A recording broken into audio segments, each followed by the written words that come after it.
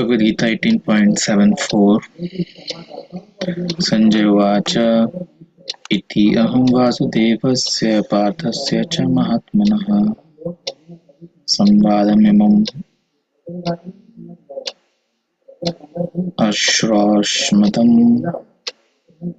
अश्रोषम् अद्भुतं रोमहर्षणम्।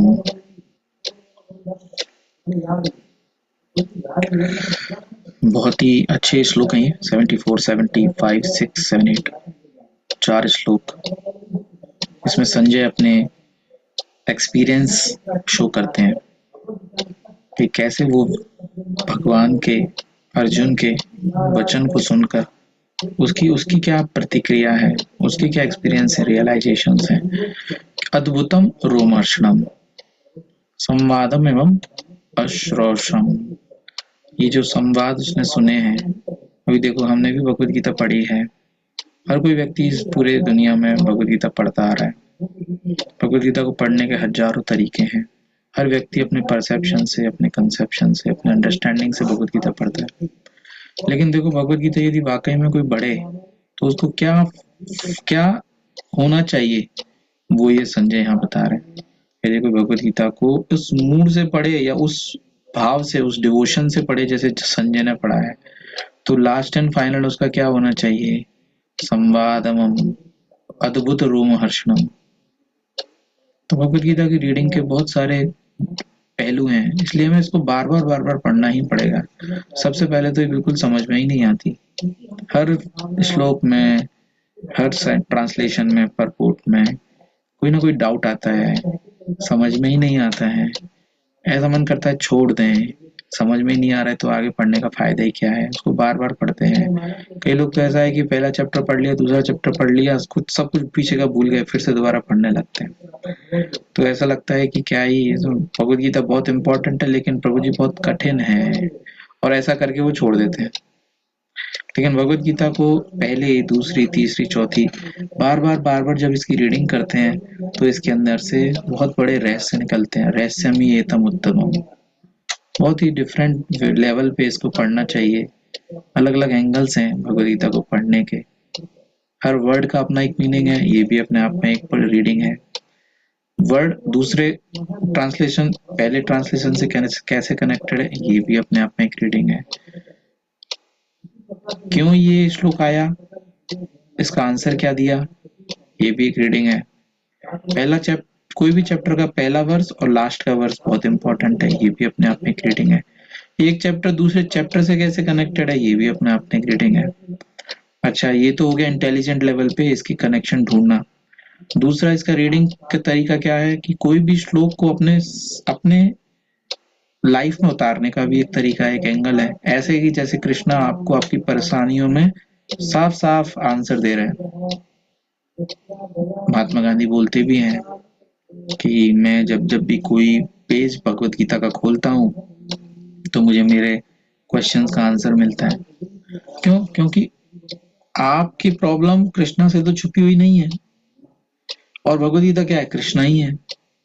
तो जब आप उस फेथ से भगवद गीता खोलते हो कि मुझे इससे आंसर मिलेगा, उस कन्विक्शन से जब आप ये भगवद गीता खोलते हो, तो कृष्णा को तो पता है आपके हाथ में, आपके हार्ट में बैठे हैं, हृदय में बैठे हैं, तो उनको पता है इस व्यक्ति को अभी क्या चाहिए, तो वही पेज खुलवाते हैं और वही उस श्लोक में से वही चीज आपको स्ट्राइक करती है जो आपकी प्रॉब्लम होती है, इश्यूज होते हैं। तो इसलिए बहुत पर्सनल है, बहुत ही रेलेवेंट है, बहुत जल्दी कनेक्ट होता है।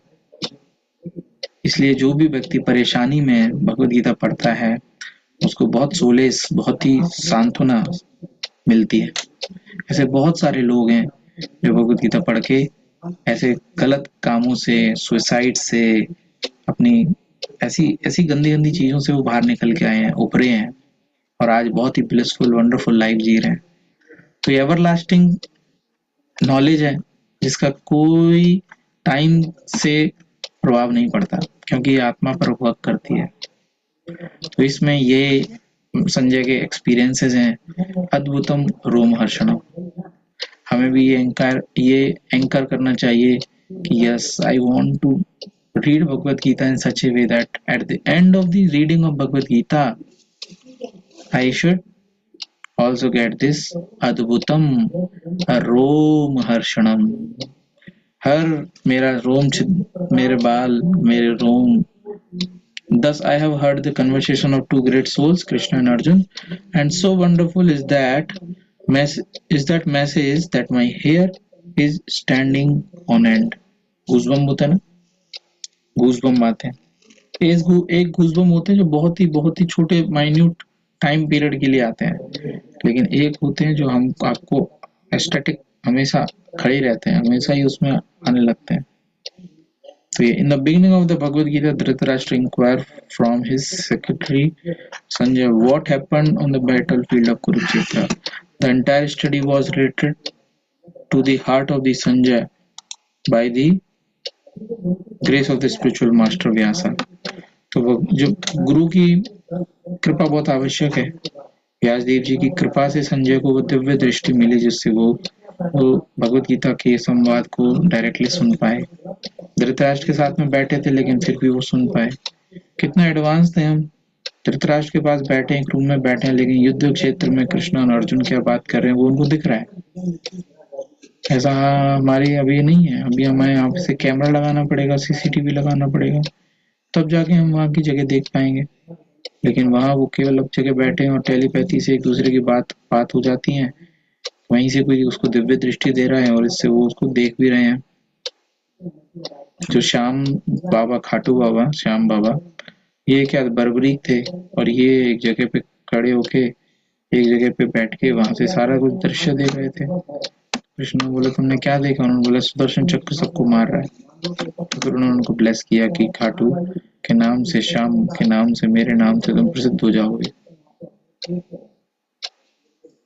तो ऐसे ही कनेक्शन भूल गया मैंने क्यों ये पॉइंट लिया.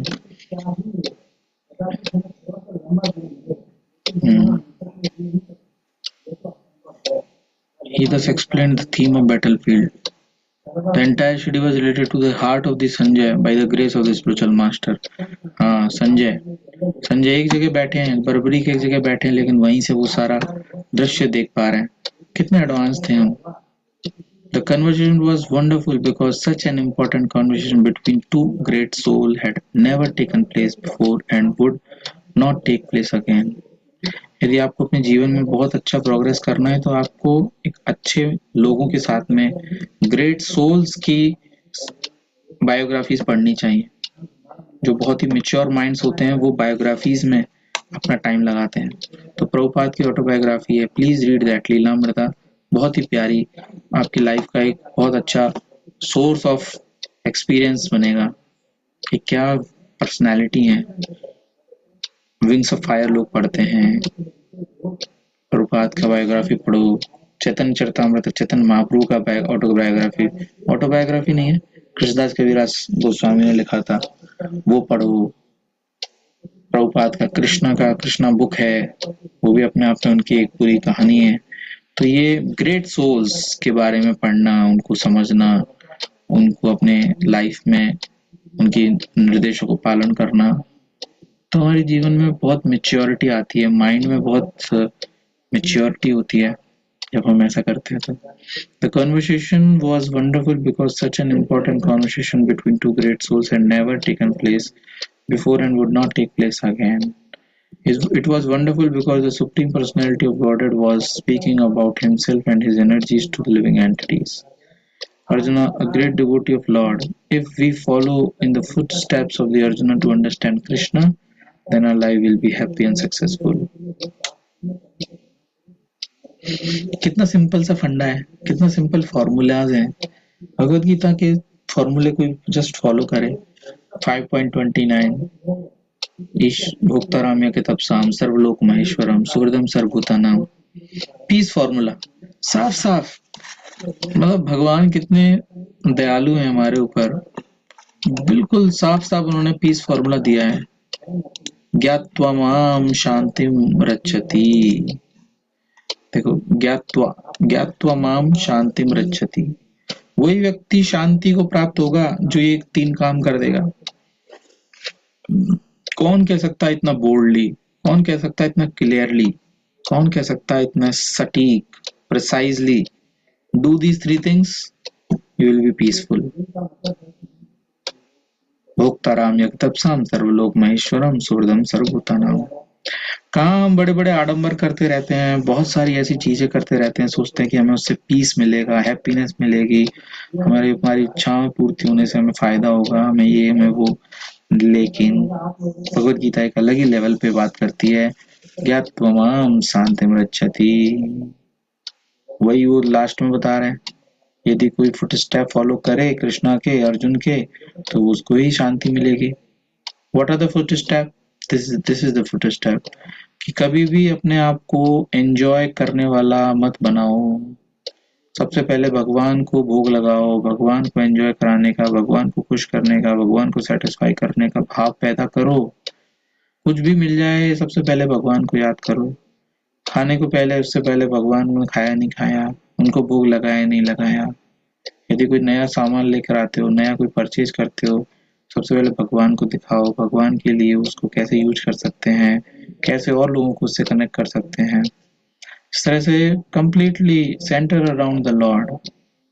भोक्ताराम, only lord is enjoying, I am enjoyed. मैं प्रकृति हूँ, भगवान पुरुष हैं।